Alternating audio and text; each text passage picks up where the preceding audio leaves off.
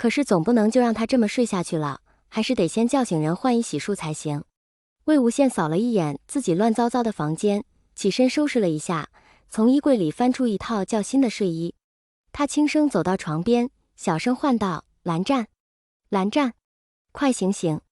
你再不醒，我就只能帮你换衣服喽。”他尝试着用别的方法叫醒他，渐渐开始自言自语道：“我知道你有洁癖，不想穿我的睡衣睡觉，你醒了后可就来不及了。”无论他怎么说，蓝忘机都没有特别的反应。万般无奈下，他只能先帮这个不省人事的小公子换身衣服，再带他洗把脸。反正我也看过你，你也看过我，没什么好害羞的。魏无羡碎碎念着：“我就只帮你换件睡衣，这样能睡得舒服些，再给你洗个脸，你觉得怎么样？”蓝湛，你要是没意见，我就当你默认了呀。他俯身慢慢凑近床上人，解着纽扣的手都在止不住地颤抖着。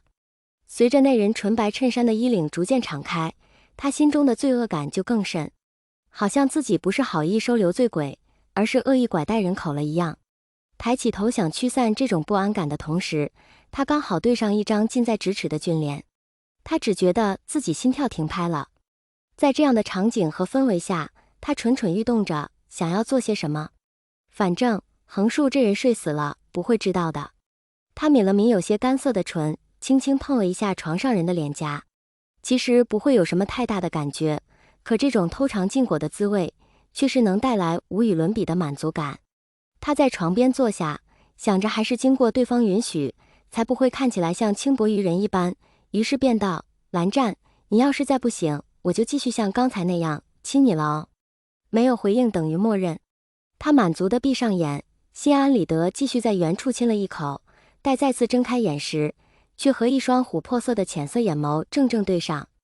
你，蓝湛，你装睡，装醉，你什么时候醒的？魏无羡被吓得直接从床边滚落在地，满脑子都是糟了，要完凉了，几乎丧失语言能力。床上的人只愣愣地坐起身，看着魏无羡，眼中似有不解，就那样直直盯着人，一语不发。我不是故意的，不管你什么时候醒的，反正就当刚刚什么都没发生过吧。此时他只觉无地自容，手忙脚乱从地上爬起来，径直就往门口跑。魏婴，魏婴，床上的人似乎有心无力，伸出手想要拉他，却只虚虚抓了一片衣角，只能一遍一遍重复喊着他的名字。一听这低哑又饱含着委屈的声音，魏无羡就挪不动步子了。等到他满怀着英勇就义的心情折回来，仔细观察了一番蓝忘机的状态后，就立刻发现了不对劲儿。蓝忘机能叫出他的名字，似乎是有意识的，可也好像并不清醒。因着这人嘴里喊的，反反复复就只有这2个字。魏无羡深呼吸一口气，蹲下来向他晃着2根指头，放柔了声音问道：“蓝湛，你知道这是几吗？”蓝忘机盯着他的手指，片刻后呆愣着摇了摇头。哈哈，魏无羡没憋住，低低笑了几声，同时也庆幸眼前这人还是醉着的。他接着道：“不逗你啦，你果然是喝醉了，有没有觉得头疼？”在魏无羡的认知系统里，喝醉的人都会头痛欲裂，甚至上吐下泻。虽说他没醉过，可身边的朋友都是如此，便觉得就该是这样，完全忘记了那人只酌了小半杯而已。蓝忘机摇摇头，模样既是乖巧又惹人怜爱。魏无羡作恶欲又起，像逗弄小朋友似的，用手背去碰他的额头，又在人头发上揉了几把，之后满意道：“没有不舒服就好。现在也不早了，该睡觉了，蓝湛。”他把手里抱着的睡衣递过去：“诺，既然你都醒了，那就自己换吧，我先出去。”“别走，干嘛？你还真把自己当小孩子啦？”魏无羡冲着人嘿嘿一笑：“真要我换呢？反正不许。”蓝忘机一把抓住他的手腕，微微使了力。魏无羡失笑：“好吧，我不走。不过现在我必须得去拿毛巾给你擦擦脸，之后我再帮你换衣服，行不行？”蓝忘机垂下眼，小声应答道。于是魏无羡就乐呵呵地去了盥洗室，拿了条新毛巾，接了盆热水。当他端着洗脸盆回到卧室时，发现蓝忘机还端端正正坐在原位，只是见他来了，眼神会飘忽着略微移过来。他把水盆放在地上，低头一看，哎呀，我不小心把水接多了，怪不得这么沉。蓝湛，快把额头也露出来，我给你擦脸。魏无羡浸湿了毛巾，手里带着温热的触感往那面白玉脸庞贴近。他的动作很轻，生怕用力过头会弄疼那人。而至始至终，蓝忘机都撩着额前的碎发，乖乖任他动作，眼神也一直粘在他身上。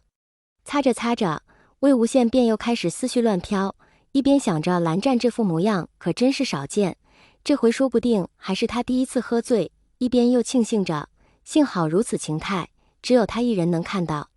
好啦，这位蓝小朋友洗完脸了，我去倒水了。自己话音刚落，魏无羡就看到意料之中再次抓过来的手，无奈笑道：你先放开我好不好？我又不会跑。衣服。好好好，等我倒完水就回来给你换衣服。魏无羡拍拍他的头，好不容易才摆脱了手腕上的桎梏。其实换衣服这事，在蓝忘机醒来之后更容易做些，因为经过允许的话，就不会有什么心理负担。再说，他们俩之间也没什么不能看的，毕竟也不是没互相看过。魏无羡给自己打打气加加油，拿着睡衣就上了。蓝忘机十分配合地伸手动脚，虽说一句话也没说，但魏无羡让抬手就抬手，让扭头就扭头，所以整个过程还算顺利。在这之后，又是在魏无羡千哄万劝之下，蓝忘机才总算是肯躺下睡觉了。魏无羡安顿好人，看着床上的人影，轻叹一声，转身去了客厅。翌日清晨，魏无羡照常睡得迷迷糊糊，睁开眼后好几分钟才回过来神，也是在此时他才发现自己竟睡回了卧室。奇了怪了，昨晚我不是睡的沙发吗？蓝湛人呢？昨晚莫不是做了一场梦？他嘟囔着，麻溜地翻下了床。一打开门，诱人的餐点香气就钻入他的鼻子。他轻手轻脚走到餐厅门口，就看见一个熟悉的背影在里面忙前忙后，而不远处的餐桌上已经摆好了一个餐盘。蓝湛，你这么早就醒了呀？魏无羡朝着他走过去，有些不好意思道，还麻烦你来做饭，真是无事。蓝忘机猜到他接下来必定会再次道谢或是道歉，及时出声打断，早点在桌上，快去吃吧。啊，你做的是午饭呢？我还以为，哎呀，他没想到蓝忘机早就给他准备好早饭了，而自己睡醒的时间已经逼近中午了。昨晚你也累了，便没叫醒你。虽说他昨晚是被眼前这个人折腾得挺累的，不过这话听起来怎么就这么奇怪？我不累啊，我平常作息都是这样的。快去吃些早点吧，先果腹。午餐快好了。蓝忘机说完，便回头将锅里的菜又翻炒了几下，盛入盘中。魏无羡走到门口，突然想起了一个很重要的问题。蓝湛，昨晚你喝醉了，我擅自用了你的手机，给你大哥打了电话。他看见通话记录，猜到是如此。是你大哥让我带你回来的，他还说今天会来接你。